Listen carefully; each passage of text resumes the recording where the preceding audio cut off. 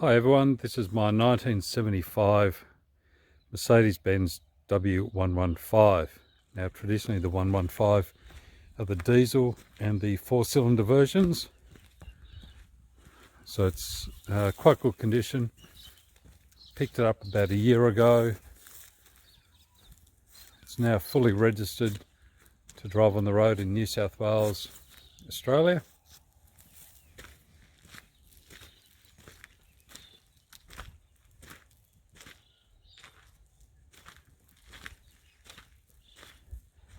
IPF spotlights on the front. I only put those on, so I did have them as spares, and I thought, well, might as well use them than just leave them sitting in the shed. What makes this car a little bit unique is it has a Holden engine in it. So this is a Holden 202, which is a displacement of 3.3 litres. Can't quite see it down the back, but it's a Holden Trimatic gearbox, which is a 3-speed auto. Now those that know much about Holdens, this is actually what they call red motor. Even though it's painted blue, it's a red motor, which is one of the earlier 6-cylinder engines. So fairly straightforward conversion. The old engine, I received this car without an engine or a gearbox, and this engine and gearbox actually came from this car, which is my father's old one. So this is fairly standard. Bit of clear coat damage on the back. It's had a respray, a few little marks in the paint, as well as some of the rubber from the rear window starting to perish, which I'll replace down the track. Inside, all pretty standard.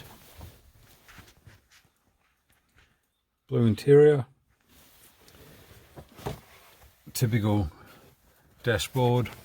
I've got a spare dash out of my father's donor car, which I'll be putting in. This is a GPS speedo.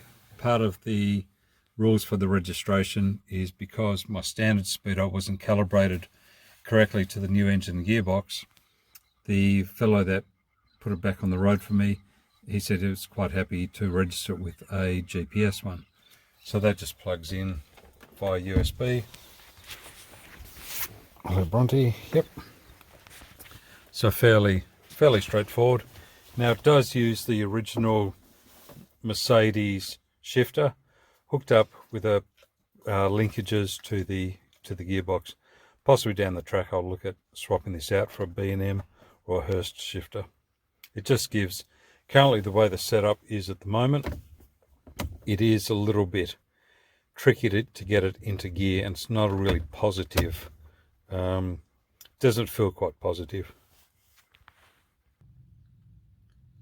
Here you can see the original mounts, and this is a new Holden mount, which is just welded in front of the previous one, welded directly onto the chassis.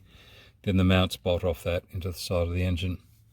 It does have power steering, and the power steering is actually run off an electric power steering pump. So this, it comes out of a Holden Astra.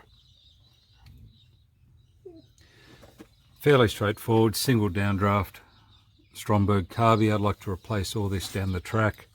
Either a Borg Warner that comes off an early Ford Falcon, which I think is a 2-barrel, or possibly down the track, you know, some nice Weber side drafts. Holden fan, aftermarket fan, and Holden gearbox. I've taken the air conditioner condenser out of the front, but it's still retaining the large electric fan for the front. There you guys, come on. So future plans are possibly doing something with the wheels, maybe an old school, some smoothies. Currently it's got 14 by 6.5 no, 5.5-inch rims, or maybe 6-inch rims at the moment. The bunts, which I'm happy with, and just give that car a little bit of that sportier edge. I don't want to go to a lower car. As you can see, I live in the country, and the last thing I really want to do is get the car any lower, particularly dirt roads and roadkill, just general road conditions we have over here. Engine and gearbox. Engine I'm happy with. The Holden 202, you can squeeze a lot of power if need be. I'm more for reliability, so I've always thought more power, less reliable to a point. So maybe just fluff up the engine. Gearbox I'm happy with. Trimatic's fairly basic. There's 1,000,002 of them sold around the place.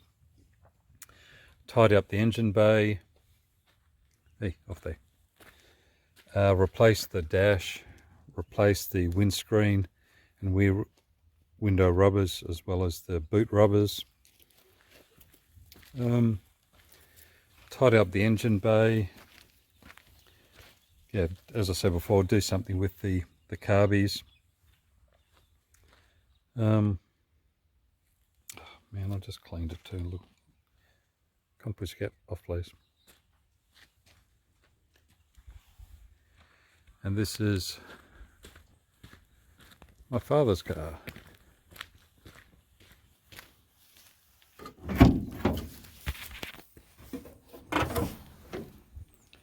So that's where the Trimatic and 202 used to sit.